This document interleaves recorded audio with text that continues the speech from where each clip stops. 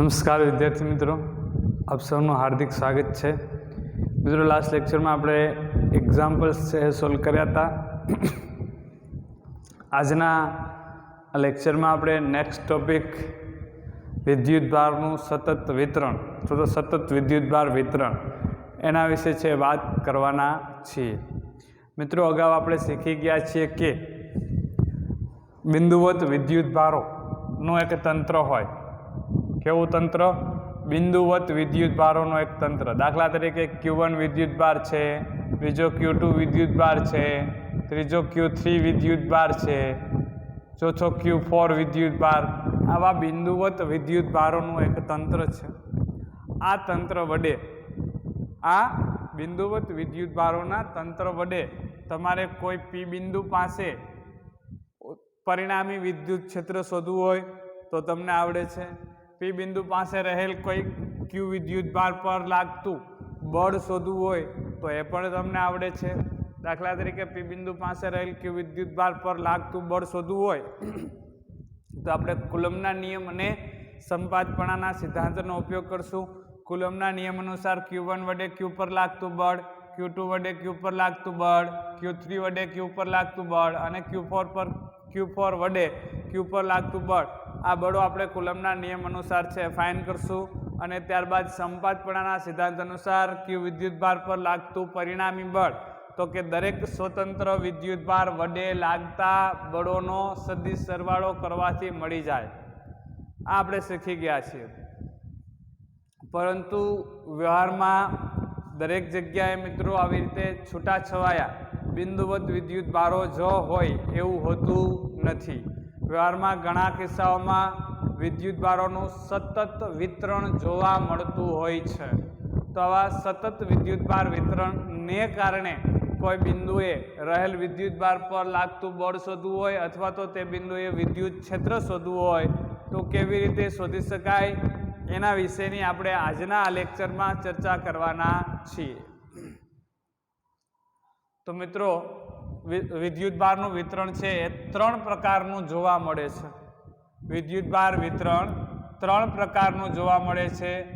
એક રેખીય વિતરણ, બીજું પૃષ્ઠ વિતરણ અને ત્રીજું કદ વિતરણ.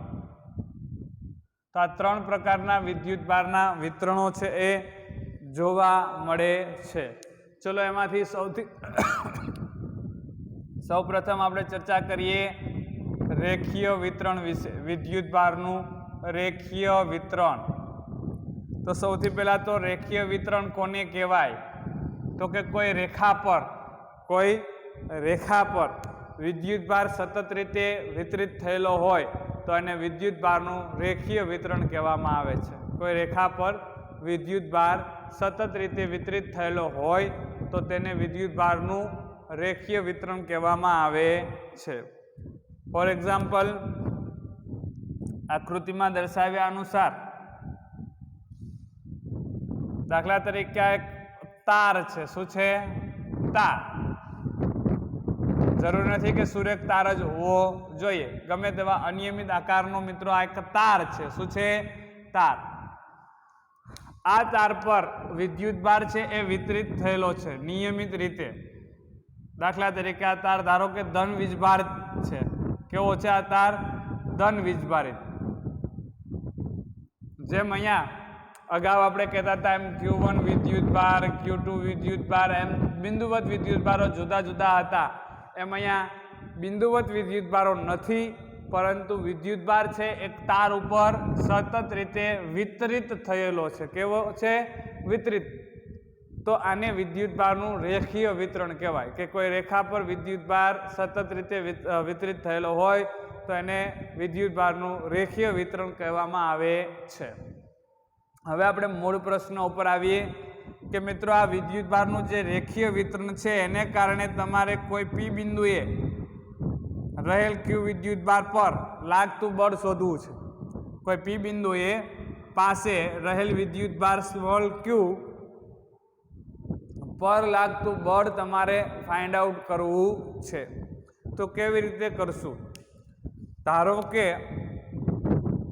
પી બિંદુનો જે સ્થાન સદિશ છે, પી બિંદુનો સ્થાન સદિશ એને આપણે સદિશ આર કહી દઈએ. તો સદિશ આર સ્થાન સદિશ ધરાવતા પી બિંદુ પાસે રહેલ સ્મોલ ક્યુ વિદ્યુતભાર પર લાગતું બળ શોધવું છે. કોને કારણે? વિદ્યુતભારના રેખીય વિતરણને કારણે. વિદ્યુતભારના રેખીય વિતરણને કારણે પી બિંદુ પાસે રહેલ ક્યુ વિદ્યુતભાર પર લાગતું બળ શોધવું છે. તમને મિત્રો ઇક્વેશન ખ્યાલ હશે કે એક વિદ્યુતભાર Q1 હોય અને બીજો વિદ્યુતભાર Q2 હોય, આમની વચ્ચેનું અંતર R હોય તો Q1 વડે Q2 પર અથવા તો Q2 વડે Q1 પર અથવા તો Q1 વડે Q2 પર લાગતા બળનું મૂલ્ય છે એ Q1 Q2/R² જેટલું હોય. આપણે કુલમ્બના નિયમ અનુસાર જાણીએ છીએ. અહીંયા એક વિદ્યુતભાર છે, એ Q વિદ્યુતભાર છે, પણ બીજા વિદ્યુતભાર તરીકે તમારી પાસે બિંદુવત વિદ્યુતભાર નથી. દાખલા તરીકે આ તાર પરનો કુલ વિદ્યુતભાર કેપિટલ Q છે. ચલો, આ જે તાર મેં તમને આકૃતિમાં બતાવ્યો છે એ તાર ઉપરનો કુલ વિદ્યુતભાર ફોર એક્ઝામ્પલ કેપિટલ Q છે, પણ કેપિટલ Q છે એ બિંદુવત વિદ્યુતભાર નથી. આ વિદ્યુતભાર બિંદુવત વિદ્યુતભાર નથી. આ Q વિદ્યુતભાર એક તાર ઉપર સતત રીતે વિતરિત થયેલો છે, એટલે કે આ Q વિદ્યુતભાર છે એ વિદ્યુતભારનું રેખીય વિતરણ છે, એક તાર ઉપર સતત રીતે વિતરિત થયેલો છે. તો આ Q વિદ્યુતભાર વડે આના પર લાગતું બળ હવે આપણે કુલમ્બના નિયમથી આપી શકશું નહીં, કારણ કે આ તો બિંદુવત વિદ્યુતભારો વચ્ચે લાગતું બળ આપે છે. શા માટે નહીં આપી શકીએ? તો ફોર એક્ઝામ્પલ જો હું તમને સાવ સાદી રીતે સમજાવું કે તમે એક આ તાર છે એનો એક સૂક્ષ્મ ખંડ વિચારો. આ જે આખો તાર છે એ આખા તારને એક સૂક્ષ્મ ખંડ વિચારો, તો આ સૂક્ષ્મ ખંડને તમે એક બિંદુવત વિદ્યુતભાર ગણી શકો. આ સૂક્ષ્મ ખંડને બિંદુવત વિદ્યુતભાર ગણી શકો. તો એ સૂક્ષ્મ ખંડથી આ પી બિંદુનું કાંઈક અંતર છે, ધારો કે R1. ધારો કે R1. આ સૂક્ષ્મ ખંડ પરનો વિદ્યુતભાર આપણે શોધશું. હમણાં હું તમને કહીશ કેવી રીતે ફાઇન્ડ કરશું. ધારો કે dq છે. કેટલો છે? dq. તો dq વિદ્યુતભાર વડે પી બિંદુએ રહેલ Q વિદ્યુતભાર પર લાગતું બળ તમે ફાઇન્ડ કરો તો બે વચ્ચેનું અંતર R1 થશે. એવી રીતે અહીંયા એક સૂક્ષ્મખંડ વિચારો છો. અહીંયા એક સૂક્ષ્મખંડ, એના પરનો વિદ્યુતભાર dq ફોર એક્ઝામ્પલ, પણ અહીંથી પી બિંદુનું અંતર જુદું જુદું થશે. એટલે જુદા જુદા સૂક્ષ્મ વિદ્યુતભારો વડે પી બિંદુ પાસે રહેલ Q વિદ્યુતભાર પર લાગતું બળ છે એ જુદું જુદું થશે. આવા સંજોગોમાં તમારે કુલ વિદ્યુતભાર કેમ શોધશું? પ્લસ મેં તમને કીધું એમ કે આ સૂક્ષ્મખંડ પરનો વિદ્યુતભાર, સ્મોલ વિદ્યુતભાર, જે નાનો એવો વિદ્યુતભાર dq છે એ કેમ ફાઇન્ડ કરશો? તો એના માટે એક રાશિ વ્યાખ્યાયિત કરવામાં આવેલ છે, વિદ્યુતભારની રેખીય ઘનતા. વિદ્યુતભારની રેખીય ઘનતા. વિદ્યુતભારની રેખીય ઘનતા. રેખીય ઘનતા એટલે શું? તો કે કોઈ તાર ઉપર વિદ્યુતભાર છે સતત રીતે જ્યારે વિતરિત થયેલો હોય ત્યારે તારની એકમ લંબાઈ દીઠ, ધ્યાનથી સાંભળજો, તારની એકમ લંબાઈ દીઠ રહેલ વિદ્યુતભારની રેખીય ઘનતા કહે છે. તારની એકમ લંબાઈ દીઠ વિદ્યુતભારને વિદ્યુતભારની રેખીય ઘનતા કહે છે. એકમ લંબાઈ દીઠ વિદ્યુતભારની રેખીય ઘનતા કહે છે. તેની સંજ્ઞા છે એ લેમડા છે. તેની સંજ્ઞા છે એ લેમડા છે. તેથી લેમડા બરાબર શું થશે? તો કે તાર પર રહેલ કુલ વિદ્યુતભાર છેદમાં કુલ લંબાઈ. કુલ વિદ્યુતભાર છેદમાં કુલ લંબાઈ. તો ધારો કે મિત્રો આ તાર આપણે જે લીધો છે એ તાર છે એના પરનો કુલ વિદ્યુતભાર મેં તમને કીધું કેપિટલ Q છે, પણ એક કેપિટલ Q વિદ્યુતભાર એક જ જગ્યાએ નથી, એટલે બિંદુવત વિદ્યુતભાર નથી, એ તાર ઉપર વિતરિત થયેલો છે. તો વિદ્યુતભારની રેખીય ઘનતા એટલે તો કે એકમ લંબાઈ દીઠ રહેલ વિદ્યુતભાર એટલે કે કુલ વિદ્યુતભાર છેદમાં કુલ લંબાઈ. તો કુલ વિદ્યુતભાર કેટલો છે? કેપિટલ ક્યુ. તારની કુલ લંબાઈ ધારો કે એલ, તારની કુલ લંબાઈ ધારો કે એલ, તો વિદ્યુતભારની રેખીય ઘનતા છે એ થશે ક્યુ બાય એલ. તો એનો એસઆઈ એકમ શું થશે? તો કે વિદ્યુતભારનો એસઆઈ એકમ કુલમ છેદમાં લંબાઈનો એસઆઈ એકમ મીટર. તો વિદ્યુતભારની રેખીય ઘનતાનો એસઆઈ એકમ થશે કુલમ્બ પર મીટર. કુલમ્બ પર મીટર. ખ્યાલ આવ્યો બધાને? બીજી એક અગત્યની વાત કરું છું મિત્રો, જરૂરી નથી કે સમગ્ર તાર પર, જરૂરી નથી કે સમગ્ર તાર ઉપર વિદ્યુતભારની રેખીય ઘનતા એક સરખી હોય. ધ્યાનથી સાંભળજો, જરૂરી નથી કે સમગ્ર તાર પર વિદ્યુતભારની રેખીય ઘનતા એક સરખી હોય. તારના જુદા જુદા ખંડોમાં વિદ્યુતભારની રેખીય ઘનતા જુદી જુદી હોઈ શકે છે. તારના જુદા જુદા ખંડોમાં વિદ્યુતભારની રેખીય ઘનતા જુદી જુદી હોઈ શકે છે. દાખલા તરીકે તમે આ એક ડેલ્ટા એલ લંબાઈનો ખંડ લો, ડેલ્ટા એલ લંબાઈનો ખંડ, તેમાં રહેલ વિદ્યુતભાર ડેલ્ટા ક્યુ છે, તેમાં રહેલ વિદ્યુતભાર ડેલ્ટા ક્યુ છે. તો તે ખંડ માટે વિદ્યુતભારની રેખીય ઘનતા શું થશે? ડેલ્ટા ક્યુના છેદમાં ડેલ્ટા એલ, વિદ્યુતભારના છેદમાં લંબાઈ. એવી રીતે બીજો એક ડેલ્ટા એલ લંબાઈનો ખંડ લો, બીજો એક ડેલ્ટા એલ લંબાઈનો ખંડ લો, એમાં રહેલ વિદ્યુતભાર ધારો કે ડેલ્ટા ક્યુ ડેશ છે. તો તે ખંડ માટે વિદ્યુતભારની રેખીય ઘનતા થશે lambda dash is equal to delta Q ડેશના છેદમાં ડેલ્ટા એલ. ત્રીજો તમે એક ડેલ્ટા એલ લંબાઈનો એક ખંડ લો મિત્રો, ડેલ્ટા એલ લંબાઈનો એક ખંડ, તેમાં રહેલ વિદ્યુતભાર ધારો કે ડેલ્ટા ક્યુ ડબલ ડેશ છે. તો તે ખંડ માટે વિદ્યુતભારની રેખીય ઘનતા શું થશે? ડેલ્ટા ક્યુ ડબલ ડેશ છેદમાં ડેલ્ટા એલ. એટલે એવું નથી કે સમગ્ર તાર માટે વિદ્યુતભારની રેખીય ઘનતા સરખી જ હોય, જુદી જુદી પણ હોઈ શકે. ચલો, તો આ વાત કરીએ આપણે વિદ્યુતભારની રેખીય ઘનતા વિશે. હવે આપણે મૂળ મુદ્દા ઉપર ફરીથી આવીએ કે ભાઈ આ એક તાર છે જેના પર ક્યુ જેટલો વિદ્યુતભાર સતત રીતે વિતરિત થયેલો છે. એને કારણે પી બિંદુ પાસે રહેલ સ્મોલ ક્યુ વિદ્યુતભાર પર લાગતું બળ શોધવું છે. તો હવે મેં તમને અગાઉ સમજાવ્યું એમ શું કરવું પડશે તમારે? તો કે આ જે તાર છે એને તમારે નાના નાના સૂક્ષ્મ ખંડોમાં વિભાજિત કરવો પડશે મિત્રો. શા માટે? તો કે ભાઈ આ તારને તમે નાના નાના સૂક્ષ્મ ખંડમાં વિભાજિત કરી દો તો આ નાના નાના સૂક્ષ્મ ખંડને હું એક બિંદુવત વિદ્યુતભાર ગણી શકું. શું ગણી શકું? બિંદુવત વિદ્યુતભાર ગણી શકું.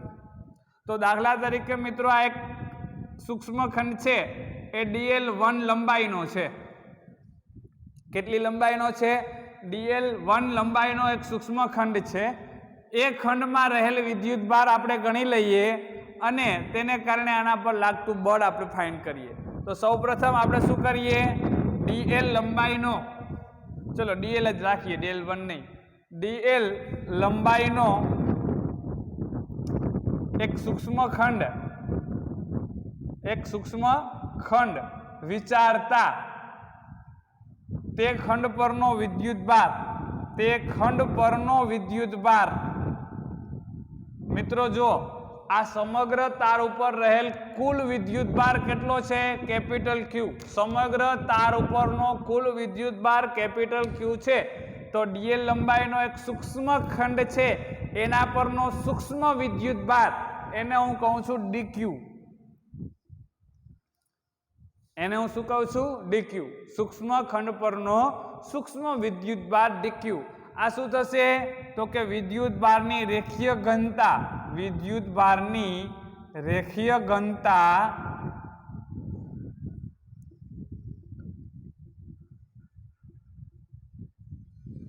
ગુણ્યા ખંડની લંબાઈ. હા કે ના? જો આપણું ઇક્વેશન વિદ્યુતભારની રેખીય ઘનતા લેમ્બડા એટલે ક્યુ બાય એલ, તો ક્યુ બરાબર શું થાય? લેમ્બડા ગુણ્યા એલ. ક્યુ બરાબર શું થાય? લેમ્બડા ગુણ્યા એલ. તો મિત્રો સૂક્ષ્મ ખંડ પરનો વિદ્યુતભાર શું થશે? વિદ્યુતભારની રેખીય ઘનતા. મેં તમને કીધું હતું એમ કે જુદા જુદા ખંડો પાસે અથવા તો જુદા જુદા બિંદુઓ પાસે વિદ્યુતભારની રેખીય ઘનતા જુદી જુદી હોઈ શકે છે અને સરખી હોઈ શકે. તો ધારો કે તમે જે ખંડ વિચારેલ છે, તમે જે ખંડ લીધો છે, ધારો કે એ બિંદુને હું એ બિંદુ કહું, એ બિંદુ પાસે તમે જે ખંડ વિચાર્યો છે તે ખંડ પાસે વિદ્યુતભારની રેખીય ઘનતા લેમ્બડા છે. વિદ્યુતભારની રેખીય ઘનતા લેમ્બડા છે. તો શું થશે? Lambda into DL, lambda into DL. અને આ એ બિંદુ છે એનો ઉગમ બિંદુની સાપેક્ષે સ્થાન સદિશ છે. એ બિંદુનો ઉદ્ગમ બિંદુની સાપેક્ષે સ્થાન સદિશ એનો હું આર એ કહી દઉં. ચલો આર એ, એને શું કહી દઉં? આર એ. તો હવે કુલમના નિયમ અનુસાર, કુલમના નિયમ અનુસાર એ બિંદુ પાસે ના ડીએલ ખંડમાં ના ડીક્યુ વિદ્યુતભાર વડે, કુલમના નિયમ અનુસાર એ બિંદુ પાસેનો જે ડીએલ ખંડ છે એમાં રહેલ ડીક્યુ વિદ્યુતભાર છે તેના વડે પી બિંદુ પાસે રહેલ ક્યુ વિદ્યુતભાર પર લાગતું બળ ડીએફ, લાગતું બળ ડીએફ. કારણ કે અહીં વિદ્યુતભાર ડીક્યુ કેવો છે? સૂક્ષ્મ છે. તો સૂક્ષ્મ વિદ્યુતભાર વડે લાગતું બળ એ સૂક્ષ્મ એટલે ડીએફ. તો કુલમના નિયમ અનુસાર શું થશે? K into Q1. Q1 એટલે એક વિદ્યુતભાર તરીકે Q અને બીજા વિદ્યુતભાર તરીકે ડીક્યુ અપોન બે વચ્ચેના અંતરનો વર્ગ. તો તમે જુઓ એ થી પી વચ્ચેનું અંતર શું થાય? એ થી પી વચ્ચેનું અંતર, તો કે પી બિંદુનો સ્થાન સદિશ આર છે અને એ બિંદુનો સ્થાન સદિશ આર એ છે. તો બે વચ્ચેનું અંતર શું થાય? તો કે આર માઇનસ આર એ એનો મોડ, એટલે એનું અંતર થઈ ગયું. એનો પાછો શું થશે? સ્ક્વેર. તમારે આ તમને શું મળી ગયું? બળનું મૂલ્ય. તમને દિશા સદિશ સ્વરૂપિયાને લખવું હોય તો કે તો તમારે એ થી પી ને જોડતી દિશામાં, એ થી પી ને જોડતી દિશામાં એટલે શું થાય? તો કે એ થી પી ની દિશાનો એકમ સદિશ, એ થી પી ની દિશાનો એકમ સદિશ તમારે બતાવવો હોય તો સદિશ પી બિંદુનો સ્થાન સદિશ માઇનસ એ બિંદુનો સ્થાન સદિશ છેદમાં એનું મૂલ્ય એટલે આર માઇનસ આર એ. એટલે તમે આને આમ પણ લખી શકો કે DF is equal to K Q into DQ upon R minus R A એનો ઘન અને અહીંયા આર માઇનસ આર એ. મિત્રો ફક્ત મૂલ્ય જોતું હોય તો આ ફક્ત મૂલ્ય છે અને આ છે એ દિશા છે. સદિશના છેદમાં એનું મૂલ્ય એટલે એકમ સદિશ એટલે આ દિશા બતાવે છે, આ મૂલ્ય બતાવે છે. રાઈટ? તો આ તો એક જ, હવે ધ્યાનથી સાંભળજો, આ તો તમે જે બળ શોધ્યું આ સમીકરણ 1 માનું બળ એ તો તમે માત્ર એક ડીએલ ખંડમાં રહેલા ડીક્યુ વિદ્યુતભાર વડે લાગતું બળ છે. એવી રીતે બીજા ડીએલ ખંડમાં રહેલ ડીક્યુ વિદ્યુતભાર એના વડે લાગતું બળ, ત્રીજા ડીએલ ખંડમાં રહેલ વિદ્યુતભાર ડીક્યુ વડે લાગતું બળ, ચોથા ડીએલ ખંડમાં રહેલ ડીક્યુ વિદ્યુતભાર વડે લાગતું બળ. આ બધા બળોનો તમારે સદિશ સરવાળો કરવો પડે. અહીં આ ખંડો છે એ સતત હોય આવો સરવાળો કેમાં પરિણમે? તો કે સંકલનમાં પરિણમે. તમે સૌ જાણો છો. તેથી મિત્રો કુલ બળ F શું થશે?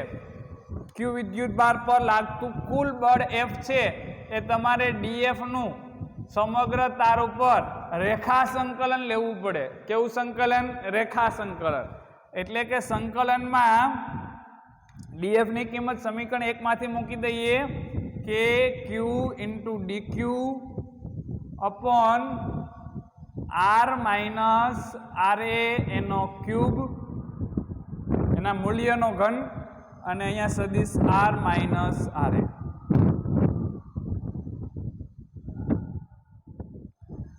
ડીક્યુ ની કિંમત અહીંથી આપણે આને સમીકરણ 1 આપીએ, અને સમીકરણ 2 આપીએ.